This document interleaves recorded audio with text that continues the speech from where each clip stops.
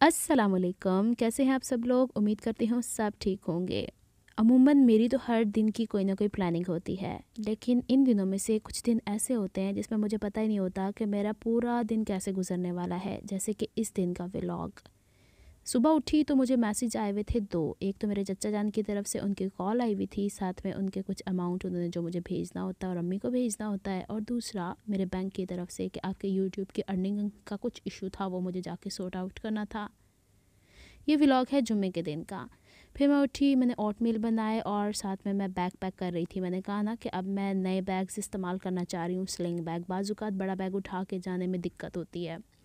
ये चुन्नू सा मुन्नू सा बैग मेरी भांजी ने मुझे कैनेडा से भिजवाया हुआ है, और वहाँ पे शायद मोबाइल्स छोटे होते हैं जिसकी वजह से शायद इसकी स्पेस कम होती है। इसके अंदर कोई पॉकेट शॉकेट नहीं है, लेकिन ये बड़ा अच्छा सा प्यारा सा बैग है। मुझे ये छोटे ही अच्छे लगते हैं। इसकी अनबॉक्सिंग आप ही के सामने कर रही हूँ। हालांकि ये जुलाई के एंड में मेरे पास चीज़ें आई हुई थी, और मेरी सिस्टर और मेरी भांजी मुझे कहती रहती हैं, आंटी आपको हमने चीज़ें भेजी, आप इस्तेमाल क्यों नहीं करती। तो देख लो मैं इस्तेमाल कर रही हूँ, ये दिखा देना मेरी भांजी को, मेरी भैन। अच्छा, यहाँ पे मेरी भतीजी साथ साथ वीडियो बना रही है, और साथ साथ मैं यहाँ पे अखने मखने कर रही हूँ। यानी मैं ठंडा होने का इंतज़ार कर रही थी ओटमील का, और आज वो ठंडा होने का नाम ही नहीं ले रहा था। उठते ही मैंने ना मुँह धोया ना हाथ धोए, जाके भाई को जगाया। मैंने कहा भाई 2 दिन से ऑलरेडी मैं बाज़ार जा रही हूँ, और किसी न किसी वजह से तो मैं बाय बस बाय रिक्शा जा रही हूँ। आज मेरे में हिम्मत नहीं, तो मुझे बाइक पे ले चलो। उसको तैयार किया, उन्होंने नाश्ता किया, और फिर मैंने नाश्ता किया, और बस तैयार हुए और चले गए। रास्ते में मैंने कुछ ज़्यादा कैप्चर नहीं किया। इसके अंदर मेरी भतीजी ने कार्ड्स वगैरह रख दिए थे जो मेरे यूज़ के होते हैं, आईडी कार्ड वगैरह या एटीएम कार्ड वगैरह, या वो जो वेस्टर्न यूनियन में कार्ड इस्तेमाल होने होते हैं। बाज़ात वेस्टर्न यूनियन की भी अमाउंट होती है। यहाँ पे स्लिंग बैग लेके मैं दिखा रही थी, और इस फ़्रॉक में मैं आपको गोलू गोलू सी नज़र आ रही हूँ। ये फ़्रॉक है, इस वजह से गोलू गोलू नज़र आ रही हूँ। और मैं दिखा रही थी कि यहाँ पे इसके अंदर मैंने मोबाइल भी रखना है। इसके बाद आपके सामने ये पड़ा हुआ है, और 1-2 मिनट में ही देखिए ओटमील थोड़ा थोड़ा गाढ़ा हो गया है, और साथ साथ ये वो हो गया है, इसके अंदर से धुआं भी अभी तक निकल रहा था। मैंने सोचा था कि ये वाला क्लच इसके अंदर आ जाएगा, लेकिन नहीं, ये बैग छोटा है, क्लच बड़ा है। तो क्लच तो हाथ में लेके बाइक पे बैठना तो बस समझें कि डेंजरस ही होता है। या तो आप बैठ जाएं या क्लच को संभालते रहें। तो मैं ना यहाँ पे उल्टम पुंटम काम करके देख रही हूँ, नहीं हुआ। तो मैंने कहा चलो फिर ये क्लच उठा के ना साइड पे रख देती हूँ। आज के दिन मैं स्लिंग बैग लेके जाती हूँ। मेरे मोबाइल के साइज़ के हिसाब से यहाँ पे भी इंच टेप भी लेके मैं मेजर कर रही थी। यहाँ मैंने अपना मोबाइल ना पाया, 6 इंच के करीब था, तो इसके अंदर हार्डली आया। लेकिन इसको यूज़ करना मेरे लिए इसलिए टफ़ हो गया था कि बार बार मोबाइल निकाल के, ज़ाहिर सी बात है कुछ चीज़ें ऐसी होती हैं जब आपने बैंक में जाना होता है तो आपको मोबाइल के मैसेजेस ही दिखाने होते हैं, तो रखना बाहर निकालना मुश्किल हो रहा था। वैसे ये भी मेरे लिए मुश्किल होता, इसमें मैं कार्ड साइड पर रख भी लेती। बहरहाल इसको मैं फिर कभी इस्तेमाल कर लूँगी। अपने पिछले व्लॉग्स में मैंने आपको ये दिखाया हुआ है। अच्छा जी, आगे चलते हैं। यहाँ पे मैं पहुँच गई थी डिफेंस मार्केट, और ये वो जगह है जहाँ मैं एक दफ़ा डिग्गी थी, और ये गार्ड खड़े हुए थे सिक्योरिटी की बेस पे। यानी वो जो होती है ना, कोरोना की वजह से उन्होंने बाहर खड़ा किया हुआ था कि अंदर 2 लोग ऑलरेडी हैं। मुझसे पूछ रहे थे आपके पाँव का क्या हाल है। मैंने कहा अल्हम्दुलिल्लाह, अब तो मैं नमाज़ भी पढ़ लेती हूँ, 2 साल हो गए देखे ने, अभी से याद है। फिर जी पूरे बच्चे जो मेरे भांजे भांजियाँ भतीजे भतीजियाँ, सुन लो, मैंने तुम सबकी बर्थडे मनानी है आज। बेसिकली आज हमारी जो फ्यूज़ वाला बना उसकी बर्थडे थी। फिर हम पूरे साल में जिसकी बर्थडे होती है ना, सब की केक कटिंग सेरेमनी करते हैं। यहाँ आई तो भाई कहते हैं तुम डिफेंस मार्केट से ले लेती केक। मेरे जहन में नहीं था। बहरहाल मैं बैंक का काम भी निपटा के आ गई हुई थी, और फिर मैंने यहाँ से लिया केक। मैंने कहा एक केक से तो काम नहीं चलना, तो चलो आज मिठाई भी ले लेते हैं। और अम्मी के लिए मैंने रसमलाई ली थी। अम्मी जो है ना वो ज़्यादा मीठा पसंद नहीं करती हैं। केक्स वगैरह ना बर्थडे के अलावा, अमूमन हम बर्थडेज़ मनाते नहीं हैं, बर्थडे के अलावा कभी कभी ले आया करती थी। जब मेरे वालिद भी हयात होते थे तो बड़े शौक़ से वो मीठा खाते थे। ये छोटी छोटी खुशियाँ होती हैं जिसे आप मना के, बर्थडे मनाने की मैं बात नहीं कर रही, इसके अलावा भी कुछ मीठा खाने का, कुछ इस तरीके से सेलिब्रेट करने का होता है। तो यहाँ पे मिठाइयों की वो थी। तो ये जो ब्राउन ब्राउन से है ना, गुलाब जामुन के साथ पड़े हुए, ये मैंने नहीं, ये वाले नहीं, इस जैसे सादे थे वो मैंने लिए थे। आपको आगे वीडियो में नज़र आ जाने वाला है। जब मैं भाई के साथ वापस आई तो मुझे ना अम्मी का मैसेज आया कि खशखाश ले आना, वो बनाने हैं कोफ्ते, और चने तो तुम ले आई हो। मैंने कहा कोई चीज़ नहीं छोड़नी, कुछ ना कुछ। और ये वाला हलवा जो है ना, ये कभी किसी ज़माने में खाती थी। चलें जी, घर पहुंच गई हूँ मैं, और कल की रज़ाई के साइडें अम्मी ना लगंदे मार रही हैं पंजाबी में। और ये जो हमारी छोटी वाली है ना बत्तख, ये पढ़ रही थी। मैंने कहा बहुत हो गया पढ़ना लिखना, उठो शाबाश हमने केक काटना है। यहाँ पे देखें ना आओ ना ताओ, भाई का पता नहीं शुगर लेवल लो हो रहा था, आते ही ने मिठाई खोली और खाने बैठ गया। और मैं इनसे कह रही थी केक खोलो किसी तरीके से, तो इसकी हम happy birthday to you all करते हैं। हैप्पी बर्थडे एवरी बच्चा of my family to me, ये वाली बात समझ लिया। यहाँ पे शायद ये डब्बे में पैक करते हुए ये थोड़ा सा ख़राब हो गया। और मीठा देखें, मैं इतने दिनों से डाइट के ऊपर हूँ, मीठा छोड़ा हुआ है, तो आज मैंने इसमें से एक, अम्मी इसको बोलती होती है गुलेला, तो एक गलेला इसके अंदर से खा लिया है मैंने। तो आज पूरा दिन मेरी तबीयत इतनी डाउन रही है, या फिर कल वो मैंने कलर किया था अपने भतीजे के सर पे, उसका स्मेल चढ़ गई है मेरे दिमाग को, या फिर 3 दिन हो गए मैं बाज़ार घूम काम के आ रही हूँ, तो या सिलाई बहुत ज़्यादा कर रही हूँ, मुझे नहीं पता, हर चीज़ मिल के मेरे साथ ना मेरा हशर कर रही है। मैं अम्मी से यही कह रही थी कोई ना कोई एक बच्चा होता है फैमिली के अंदर जो कि फ़ी सबीलिल्लाह काम करने के लिए पैदा हुआ होता है, और मैं हूँ। अच्छा जी, ये जिसकी बर्थडे थी सबसे पहले इसने काटी काटी की है, फिर इसके बाद मैंने इसे मना किया था, मैंने कहा हर बच्चा एक एक कट लगाएगा और फिर डिस्ट्रीब्यूशन जो करेंगी ना वो हमारी अम्मा जान करेंगी। ये फिर दूसरा बच्चा आया, ये फिर तीसरा बच्चा आया, और फिर मैंने अपने भतीजे, बड़ा वाला भतीजा हमारा घर पे नहीं था, वो काम पे जाता होता है, तो उसके हिस्से की हमने चीज़ रख ली हुई थी।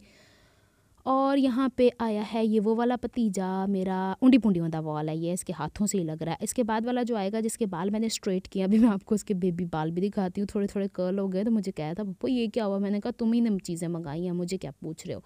और ये आ गया है जी नवाब, और इन्हें पता क्या करना है, मुझे अभी वीडियो में पता चला है, इसने चोरी चोरी, ये देखो इसके अब्बा ने उठा के खा लिया, चेयर पे जो बैठे हैं ना इन बच्चों के अब्बा बैठे हुए हैं, और एक गलेला उठा के ले गया, फिर दूसरा, और बाद में फिर अम्मी ने जब इसकी अम्मी ने डिस्ट्रीब्यूट किया ना, ये देखें जी दूसरा कट भी ये मोहतरम लगा रहा है बड़े भाई के हिस्से का भाई।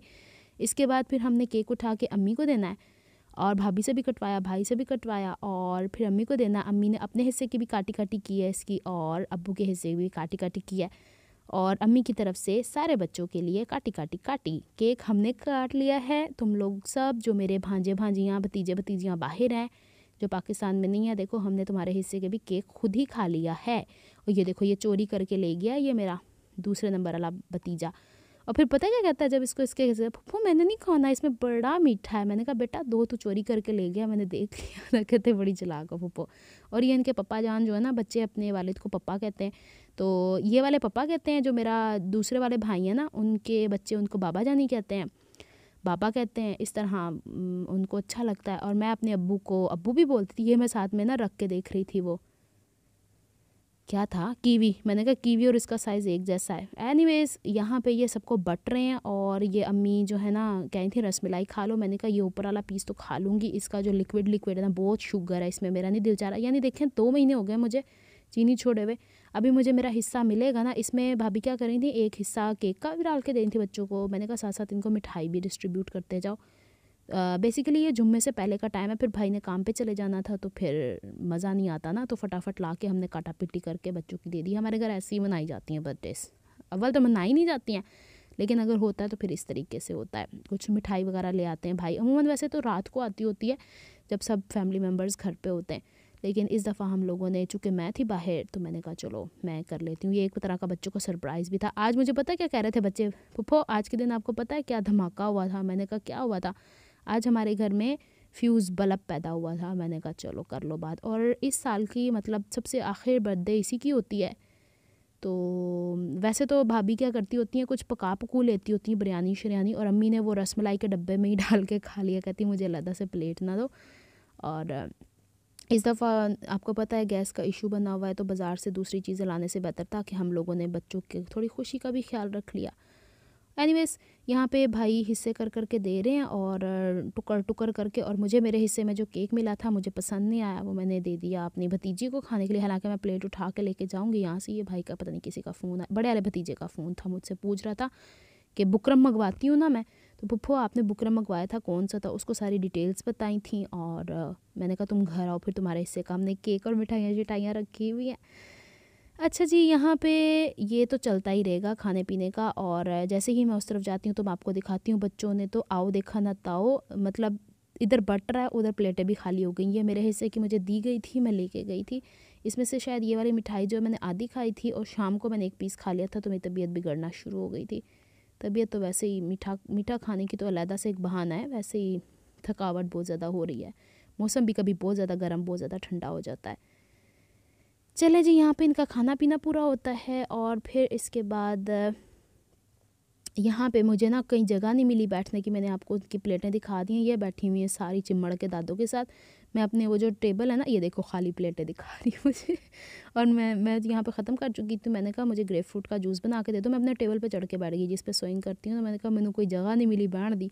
तो यहाँ से मैं 2 कीवी खाऊंगी और ग्रेप फ्रूट का जूस मैंने अपनी भतीजी, लेकिन आज इसने ऐसा किया कि इसमें पानी जो था ना वो ज़्यादा गर्म नहीं डाल के दिया, तो शायद उसकी वजह से भी। लेकिन एक मसला ये था कि मुझे दोपहर को बहुत सख्त नींद आई हुई थी और मैं अम्मी के बेड पे लेटी, अम्मी चेयर पे बैठी थी, पड़ोसन आंटी भी आ गई, उनके लिए भी हमने केक वगैरह रखा हुआ था। आपको आगे दिखाऊंगी मैं। उनके पाँव के साथ कुछ मसला हुआ है तो उनकी पट्टी कर रहे थे हम लोग। तो कीवी आ गई मेरे पास खाने के लिए और मैंने ग्रेप फ्रूट का जूस पी लेना यहाँ पे। और मेरे लिए फिर ना ये मैंने शायद खट्टा खट्टा ज़्यादा खा लिया था, मुझे भूख लग रही थी तो खाना तो मैंने खा लिया था। बाद में ना चाय बनाने के लिए मैंने अपने भतीजे को कहा, ऊंडी पूंडी ऑन द वॉल को, तो वो चाय बना के जब लाया ना तो वो मुझे नींद आ गई। मुझे दोपहर में 10-15 मिनट की नींद आ जाए ना अच्छी वाली, तो मैं रात को 4-5 बजे तक जाग के काम कर सकती हूँ। मुझे फिर मतलब बूस्ट मिल जाता है ना मूड को। तो वो मैं बहुत गहरी नींद में थी। अम्मी ने आज सुबह के टाइम भी ऐसा ही किया, जब मैं सोई हुई थी तो मेरा बड़ा वाला भतीजा जा रहा था तो कह रहा था कि पप्पू आपने बुकरम मंगवानी है। बुकरम मैं उसी से मंगवा लिया करती हूँ ना, बाज़ात वो कॉलोनी अंदर की तरफ है तो वो उसी एरिया में जॉब वॉब करता है। तो मैंने कहा अम्मी, मैंने बुकरम आपको रात को सारी डिटेल बता के, अम्मी फिर भूल जाती हैं ना। उन्होंने सुबह भी मेरी नींद ऐसे ही की और जब मैं दोपहर को सो गई थी ना गहरी नींद में, तो कहती हैं उठ के चाय पी लो, चाय पी लो, चाय पी लो, चाय पी लो। तो वो चाय पीते पीते मैं ही पूरी हो गई। अच्छा जी, यहाँ पे मैंने बटन कॉर्नर से मंगाई है डबल साइडेड टेप। अमूमन मेरे से सिस्टर्स पूछती हैं कि आप ये कहाँ से मंगवाती हैं, तो आपके लिए मैंने ये एक्सपेरिमेंट बटन कॉर्नर से भी किया है। लेकिन इसका ये डिसएडवांटेज हुआ है कि 150 की तो एक आई है, इसकी चौड़ाई भी कम है, लेकिन ठीक है कहीं कम चौड़ाई वाली भी इस्तेमाल होती है। लेकिन जो मुझे डिलीवरी चार्जेस पड़े ना वो 500 रुपया पड़ा है। कैन यू इमेजिन, 500 रुपया। लेकिन फिर भी मैंने अंदाज़ा लगाया है अगर मैं यही दराज से मंगवाती तो मुझे 1600-1700 की पड़ जानी थी, क्योंकि दराज से 450 रुपये का रोल मिलता है, 100 गज़ होता है। लाहौर से आया है ये सब, मैं आपको दिखा रही थी। बटन कॉर्नर्स की वेबसाइट मैंने आपको दिखा दी थी, इसकी एक शॉर्ट वीडियो बना के मैंने अपने ड्रेसिंग मेनिया के चैनल के ऊपर भी डाल दी हुई है। बहरहाल ये लेपर्ड के थ्रू आया। लेपर्ड वाले पहले ही मैसेज कर देते कि 6 घंटे के अंदर अंदर अपनी अमाउंट तैयार रखो, हमने इस टाइम पे आना है और आपके लेके जाना है। मेरे जहन से फिर निकल गया था। एनीवेज, इधर ये लोग सब जुमा पढ़ने के लिए निकले, इधर ये आ गया तो फिर मुझे खुद ही रिसीव करना पड़ा, वरना अमूमन भाई रिसीव करते होते हैं ये सब चीज़ें, या मेरे भतीजे कर लेते हैं। इसमें से 4 रोल्स निकले हैं, मैंने 4 मंगाए क्योंकि आपको पता है ना शादी के ड्रेसेस बना रही हूँ तो बहुत ज़्यादा इस्तेमाल हो रहा है। अब ये वाला जो मैंने दराज से मंगवाया हुआ था, इसकी निस्बत इसकी चौड़ाई देख लें। जो मैंने दराज से मंगाया था वो 450 का पड़ा था, लेकिन डिलीवरी चार्जेस 65 या 70 रुपये पड़े थे तब की बात। अब तो दराज के भी डिलीवरी चार्जेस जब से ये पेट्रोल बढ़ा है तो कीमतें बढ़ी हैं तो ये महंगा हो गया। ये मैंने 4 इसलिए मंगाए थे तो बट्टे बनाने के लिए मेरे बड़े काम आ जाएंगे। यहाँ पे मैं शॉर्ट वीडियो भी बना रही थी साथ साथ ये भी। और ये देखिए इतनी सॉफ्ट है, मैं इतनी डिटेल्स इसके बारे में बता चुकी हूँ, फिर भी मुझे ना अजीबोगरीब से कमेंट्स आते हैं, आप मंगवाती कहाँ से हैं। ध्यान से वीडियो देख लिया करें ना, उस पर भी और इस पर भी। मेरी कोशिश ये होती है कि जो चीज़ मैं इस्तेमाल करूँ उसके लिंक्स आप लोग को दूँ, लेकिन बाज़ात वो लिंक्स नहीं काम करते। लेकिन बटन कॉर्नर्स पाकिस्तान की वेबसाइट है, लाहौर में फ़ैशन डिज़ाइनिंग का जो कॉलेज वगैरह उसके पास ये शॉप है। लाहौर वाले तो वहाँ जा सकते हैं ना, वहाँ से कलेक्ट कर सकते हैं चीज़ें। एक दुकान है ये। अब वो दूसरे सिटीज़ वालों को उन्होंने इंटरनेशनल दी। ये पड़ोस वाली आंटी आई हुई थी, इनके अंगूठे पे ना, अब मैं क्या बताऊँ आपको, छोड़े, एक चोट लग गई थी और चोट लगने से इनको शुगर हुई है आंटी को, और इनके पाँव जो है ना नाखून वो टेढ़े हुए हैं। तो इनको चोट लगने की वजह से ना नाखून अजीब सी सिचुएशन में था, तो मैंने वो जो पॉलीफैक्स होती है ना ब्लू वाली, वो मंगवा के ना इनके नाखूनों पे लगा के बांध दी हुई थी। तो इनका नाखून शुक्र है निकल गया हुआ है, अब ये दोबारा से उगेगा नया।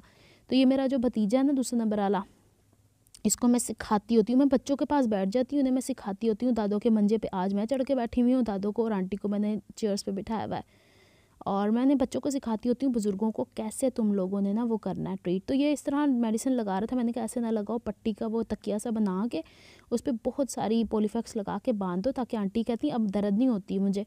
जब ये आई थी ना तो इतनी इनको तकलीफ़ थी, मैं आपको क्या बोलूँ।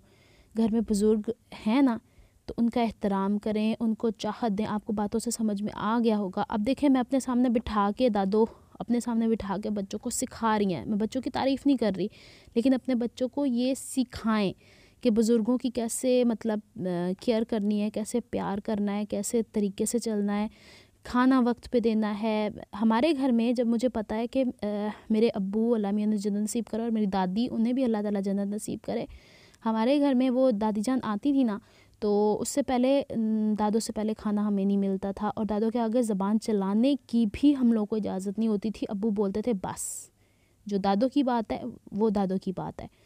तो हम लोगों ने ये सब कुछ सीखा है, अपने बच्चों को नेक्स्ट जनरेशन में वही सब कुछ ट्रांसफ़र कर रहे हैं। और ज़रूरी नहीं कि वो घर के बुज़ुर्गों को समझ रहे हैं ऐसा, बाहर के बुज़ुर्गों को भी एहतराम देना आना चाहिए। और इसके बाल मैंने सीधे किए थे ना, देखें ये दादो इसकी हाथ फेर रही हैं इसके सर पे। तो बस मेरा यही मकसद है कि बच्चों को हर लिहाज से, हर तरीके से हम लोगों ने प्यार से सिखाना है बुज़ुर्गों का एहतराम। यहाँ पे अम्मी कोफ्ते बना रही थी और मैं सो गई थी, सो के उठी हूँ तो सर में शदीद दोबारा से दर्द था, अभी भी आंखों में तकलीफ़ है। और ये कोफ्ते बनेंगे कल, अगर बने हुए तो फिर मैं आपको वीडियो दिखाऊंगी। अम्मी मसाला कूट चुकी थी। तो बस ये सब कुछ था आज आपको बताने का। अगर कुछ पसंद आया हो तो कमेंट कीजिएगा और चैनल को सब्सक्राइब कर ले, कोई इतनी बड़ी बात नहीं है। तो मिलती हूँ मैं आपको नेक्स्ट व्लॉग में। अपना बहुत सारा ख्याल रखिएगा, मुझे दुआ में याद रखिएगा। अल्लाह हाफिज़। Enjoy the कोफ्ताज़।